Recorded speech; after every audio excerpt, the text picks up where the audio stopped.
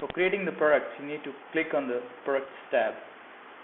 So once you click on it, you have these two subcategories under products tab. First one is to create products, the second one is to create product categories. Now we need to first create a product category, and then we can keep on adding products in that product category. So click on the product categories tab and it opens up with this form. Now you can see the plus button here. You click on that particular plus button and it will straight away take you to the product category creation form. Now maybe a certain category called notebooks exists in your inventory. You could actually connect this application to a web-enabled e-commerce system by clicking on this particular thing and working on the API with the e-commerce application that you have taken. You could put the description here for your internal usage. You could say this category contains various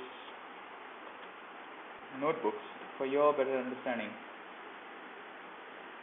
and you can press save. If you want to inactivate this product category, you can just press on this particular inactivate button and it will not show up in the product category listing. Let the parent category be no parent, display order 0. Do not change anything here. Now let's create a product.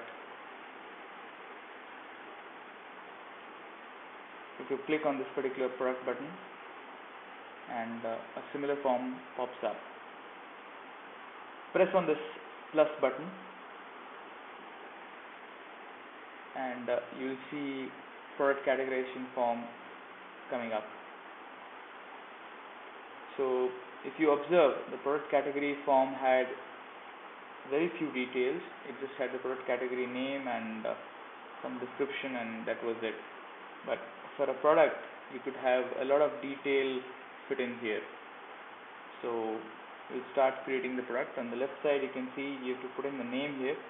So we'll put in, say, notebook Lenovo Z570 and a specific part number, maybe 593267, can be mentioned here for your understanding of part numbers. You can put in the description of that particular product, brief description. You can say the configuration of this thing is 4i5 with 4 GB of DDR3 RAM and 500 GB, 15.6 inches LED, and so on and so forth.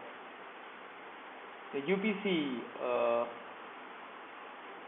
form that you see here is basically used for integrating barcode. Now, if your Lenovo Z570, you want to have a barcoding done for this thing, so you can put in the UPC number here, and whenever you shoot the UPC on the particular product, automatically the details are retrieved.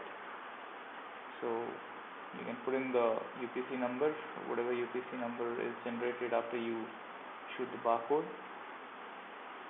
You can scroll down and you will see this price cost section. Here you see the unit cost, the markup, and the unit price. Now you know what the price, what the laptop comes at, or what the product comes at. So maybe the product comes at, say, 30,000 rupees. And these are all exclusive of taxes. The taxes are calculated and in the sales order form. So you not worry about the taxation part when you're creating the products. So you put in the unit cost of 30,000 rupees, and you can put in the markup if you're working on percentage as, say, 5%, and you can calculate the price. The unit price which will reflect there in the sales order form will be 31,500 rupees. So this product categorization, product creation form is only visible to the administrator or any user ID which the administrator has given the rights to. You can put in the weight here. You can say put in 2 kgs. Unit of measure can be put in here. Items per package, maybe 1 box or 2 box. One particular commodity maybe is coming in 2 boxes. This basically for understanding the logistics and shipping part. If it is over pre-packaged or it has to be packaged with some other product, and if it is oversized, you can just check mark these things so that you come to know and you can convey the same convey the same thing to the customer, saying these are oversized items and this is the way it is shipped.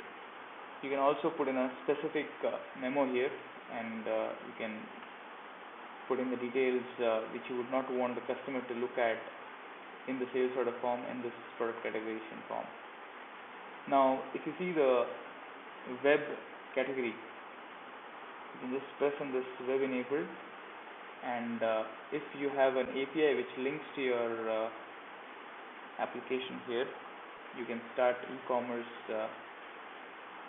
sites pulling up the product details from this console to the website. Now, moving on the right side, as you can see, it will ask you for putting it in the master category so that the overall product is better managed. Now, when you click on this, we created a category called as notebooks. So we will click on this, and what kind of inventory it is, you can put it as inventory, non-inventory, service related, or kit or assembly, whatever. You can put in the availability. If the availability is in stock, it will show up in the sales order form. Otherwise, it will not show up in the sales order form. Whether it is taxable or not. Maybe a service request is not taxable to a certain limit. So over here, you can just put in taxable as check mark. You need not worry about the additional categories that is specifically given for one product related to a different category also. So as of now, product creation and product category creation is shown to you. Product category basically holds different products. You can have 10 product categories, and each product category might have hundreds of products pointing to that particular category. You can press the save button here, and the product category will get created along with the product. We have already created the product category earlier. It is now creating the product now for you. As you can see, the record has been created now. So now you've seen how to create a product category, and then subsequently I've shown you how to create a product.